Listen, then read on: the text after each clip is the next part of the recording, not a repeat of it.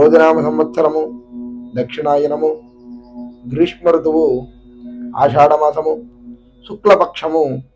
ఈరోజు తిది ద్వాదశి, సాయంత్రం 6:16 వరకు కూడా ఉందండి. ఈరోజు నక్షత్రము జ్యేష్ఠ నక్షత్రం, రాత్రి 2:18 వరకు ఉంది. ఈరోజు సూర్యోదయం 5:50 అవుతుంది. అలాగే సూర్యాస్తమయం సాయంత్రం 6:50 అవుతుంది.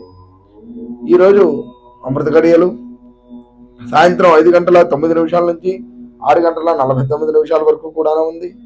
ఈరోజు దుర్ముహూర్తం ఉదయం 9:56 నుంచి 10:48 వరకు ఉంది.